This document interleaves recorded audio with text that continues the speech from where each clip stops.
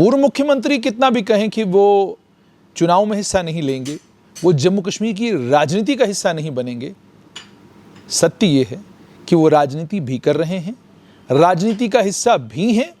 और जम्मू कश्मीर में जब कभी चुनाव हुए भी, वो हिस्सा लें या वो हिस्सा ना लें, अगर नेशनल कॉन्फ्रेंस की स्थिति सरकार बनाने वाली होगी तो मुखिया उमर अब्दुल्ला ही होंगे। पूर्व मुख्यमंत्री उमर अब्दुल्ला का टाइम्स नाउ के ऊपर इंटरव्यू आया। इंटरव्यू को मैंने भी देखा। बहुत गुस्से में नज़र आए पूर्व मुख्यमंत्री। आक्रामक तरीके से उन्होंने टाइम्स नाउ की होस्ट नविका कुमार की सभी सवालों का जवाब दिया।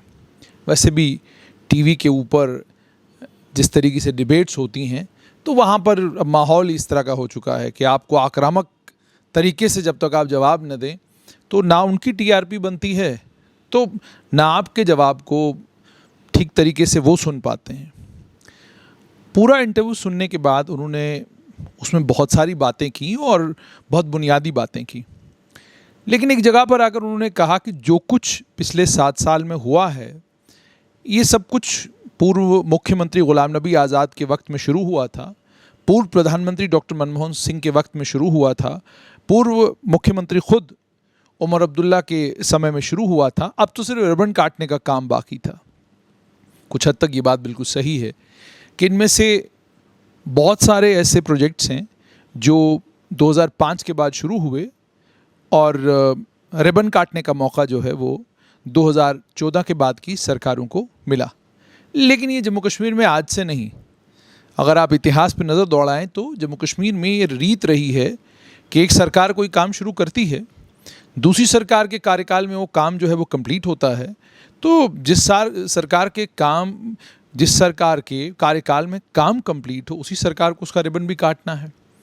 लेकिन इन नेशनल चैनलों पर जो पत्रकार हैं, चूँकि ये उस जगह या उस भाग के रहने वाले नहीं होते जिस भाग में इन नेताओं का अपना वास होता है या इन नेताओं का ये नेता जहाँ खुद रहते हैं, इसलिए बहुत सारे सवाल हैं जो आम लोकल रिपोर्टर्स के पास, पत्रकारों के पास होते हैं, जो उनको लगता है कि आपने इतने सारे सवाल पूछे, उसके बीच में ये कुछ सवाल हैं, ये भी पूछे जाने चाहिए थे।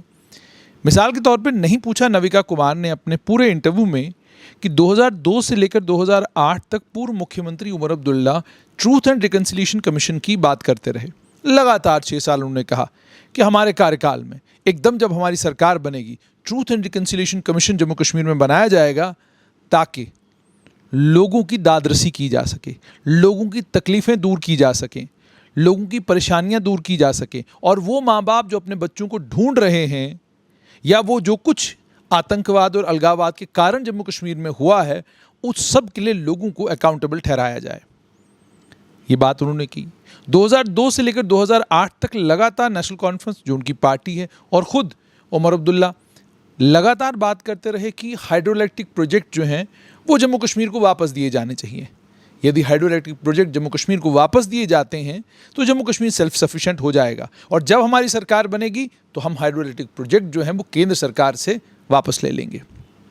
सावलाकोट को लेकर भी नेशनल कॉन्फ्रेंस ने उस समय की पीडीपी और कांग्रेस सरकार के ऊपर इल्ज़ाम लगाए थे कि उसमें पीडीपी के उस समय के वित्त मंत्री ने और पीडीपी की सरकार ने किकबैक्स लिए हैं।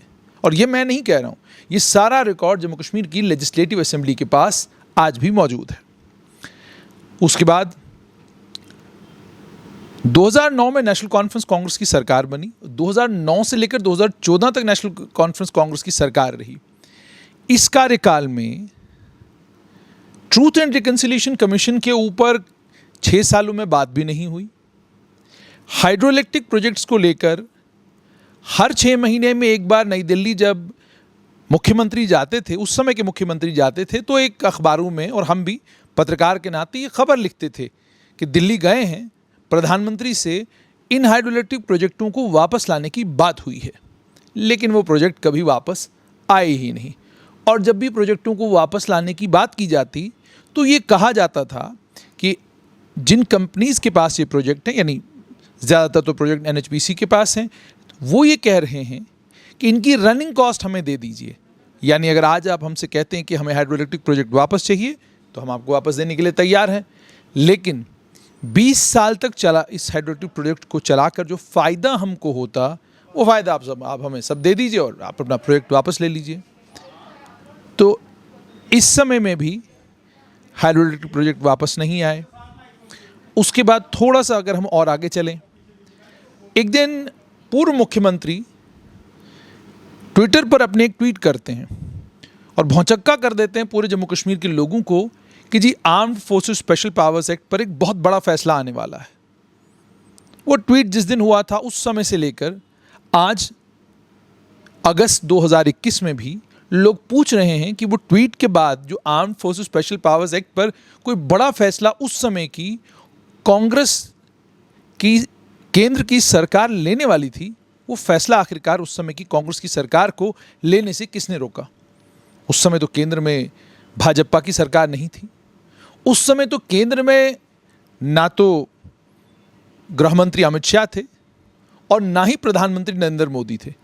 उस समय तो प्रधानमंत्री डॉक्टर मनमोहन सिंह थे और गृह मंत्री उस समय पी चिदम्बरम थे। और केमिस्ट्री बहुत अच्छी थी। उस केमिस्ट्री के चलते लग रहा था और कहा भी जा रहा था जी हो गया है, डिफेंस मिनिस्टर ए.के. एंटनी से बात हो चुकी है और बस अब कल तक फैसला आने वाला है। वो फैसला भी नहीं आया। 1977 की दहाई में 1977 के बाद 1979 में जम्मू कश्मीर में एक कानून आया, पब्लिक सेफ्टी एक्ट। इस पब्लिक सेफ्टी एक्ट को जम्मू कश्मीर की उस समय की सरकार ने, जिसके उस समय मुख्यमंत्री शेख मोहम्मद अब्दुल्ला थे, इस पब्लिक सेफ्टी एक्ट को टिम्बर स्मगलर्स के लिए, यानी जो लोग लक्कड़ चोर थे, उन लक्कड़ चोरों के लिए इस पब्लिक सेफ्टी एक्ट को बनाया गया था। लेकिन बाद में लगा किसके ऊपर? बहुत सारे नेताओं के ऊपर लगा और उनमें से एक नेता गुपकार अलायंस के आज के प्रवक्ता मोहम्मद यूसुफ तारेगामी भी हैं। अपने इंटरव्यू में पूर्व मुख्यमंत्री ने एक और बात कही। उन्होंने कहा जो इल्ज़ाम मेरे ऊपर लगाए गए उसमें यह था कि मैं चुनावों के लिए लोगों को ऑर्गेनाइज करता हूं, और भी कई बातें कही। शायद किसी ने उनको ये नहीं बताया कि मोहम्मद यूसुफ तारेगामी जब सुप्रीम कोर्ट ऑफ इंडिया में बेल एप्लीकेशन लेकर गए और सुप्रीम कोर्ट ऑफ इंडिया ने उनको बरी किया, तो जो इल्ज़ाम उनके ऊपर लगे थे वो भी कुछ कुछ ऐसे ही थे। अगर समय हो पूर्व मुख्यमंत्री के पास तो थोड़ा सा समय निकाल कर आप सुप्रीम कोर्ट ऑफ इंडिया की वेबसाइट पर चले जाएं, वो फैसला आपको ज़रूर मिलेगा जिस फैसले में लिखा गया है कि मोहम्मद यूसुफ तारेगामी के ऊपर ये इल्ज़ाम थे कि वो शेख मोहम्मद अब्दुल्ला के ख़िलाफ़ बयानबाजी करते हैं, लोगों को उनके ख़िलाफ़ इकट्ठा करते हैं, प्रोटेस्ट ऑर्गेनाइज करते हैं। ये सब इल्ज़ाम उनके ऊपर भी थे। उसके बाद थोड़ा सा और अगर आगे चलें, अगर आपको अच्छे से याद हो तो ये भी आपको याद होगा, गवर्नमेंट मेडिकल कॉलेज जो डोडा में आज बना है, इस गवर्नमेंट मेडिकल कॉलेज को सैंक्शन तो उस समय किया गया था, उसको लेकर उस समय बातें तो बहुत हुई थी, लेकिन इसको फंक्शनल जो है वो बनाया गया है 2014 के बाद। 2014 तक वो फंक्शनल ही नहीं हो पाया था गवर्नमेंट मेडिकल कॉलेज। और शायद थोड़ा सा अगर और आगे चले जाएं, power development corporation limited Jammu और power development corporation limited Kashmir, मैं कहीं पढ़ रहा था, ये दोनों कॉरपोरेशंस भी 2013 में बनी थी, लेकिन फंक्शनल कब हुई, कार्यरत कब हुई? 2020 में जाकर। सब इतिहास का हिस्सा है। पंचायती राज का कानून, शायद इतिहास भूल गए हो, म्युनिसिपल कॉरपोरेशन के जब एक बार चुनाव हुए, दूसरी बार जब चुनाव होने थे, तो क्या ये हकीकत नहीं है कि एमएलएओं का एक ग्रोह या कुछ एमएलए मिलकर पूर्व मुख्यमंत्री के पास ही गए और उन्हें ये कहा कि ये चुनाव मत करवाइए, आप ये चुनाव करवा के हमारे लिए मुसीबत बनाएंगे। ये भी जम्मू कश्मीर के इतिहास का हिस्सा है। जहाँ तक पब्लिक सेफ्टी एक्ट लगाने का ताल्लुक है, क्या ये एक सत्य नहीं है, राजनीतिक तौर पर जिसके साथ आपकी बनती नहीं थी वो परेशानी का शिकार जम्मू कश्मीर में होते थे, किसी भी तरह की परेशानी रही हो। और उसके अलावा अन्य और कई बातें हैं। 2004 से लेकर 2014 तक जब जम्मू कश्मीर में पहले कांग्रेस पीडीपी की सरकार थी और बाद में नेशनल कॉन्फ्रेंस कांग्रेस की सरकार थी, इन 10 सालों के अंदर कितना कुछ ऐसा हुआ और कितने ऐसे प्रोजेक्ट थे जिन प्रोजेक्टों के रिबन काटे गए, कितने प्रोजेक्ट प्लान किए गए और युवाओं के लिए कितना कुछ सोचा गया। आपको याद होगा ना, Sher Kashmir employment welfare programme for youth, बड़े ढोल ढमाकड़े के साथ उस स्कीम को लॉन्च किया गया था। किसी ने जानने की कोशिश की कि उस स्कीम के जरिए जम्मू कश्मीर की अनएम्प्लॉयमेंट किस हद तक रिड्रेस हुई? क्या किसी ने मालूम करने की कोशिश की गई कि 2 साल के लिए जिन युवाओं को एक स्कीम के तहत लगाया गया था और उनको बोला गया था कि इस स्कीम के तहत आपको केवल मात्र 2 साल के लिए आपसे काम लिया जाएगा, उसके बाद आपको जो है ये नौकरी छोड़नी पड़ेगी। 2014 में ऐसे कौन से हालात बने थे जिन हालात के चलते उन युवाओं को कहा गया कि आपको रेगुलराइज किया जाएगा? क्यों किया गया? क्या वो मन के अंदर ये भावना थी कि युवाओं को अनएम्प्लॉयड नहीं रखना है, या राजनीतिक मजबूरी थी?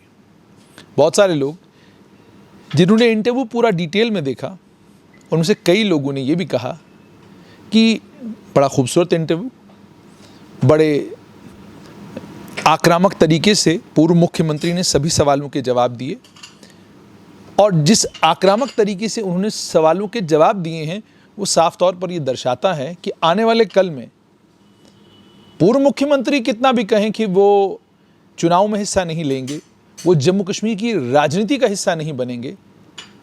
सत्य ये है कि वो राजनीति भी कर रहे हैं, राजनीति का हिस्सा भी हैं, और जम्मू कश्मीर में जब कभी चुनाव हुए भी वो हिस्सा लें या वो हिस्सा ना लें, अगर नेशनल कॉन्फ्रेंस की स्थिति सरकार बनाने वाली होगी तो मुखिया उमर अब्दुल्ला ही होंगे।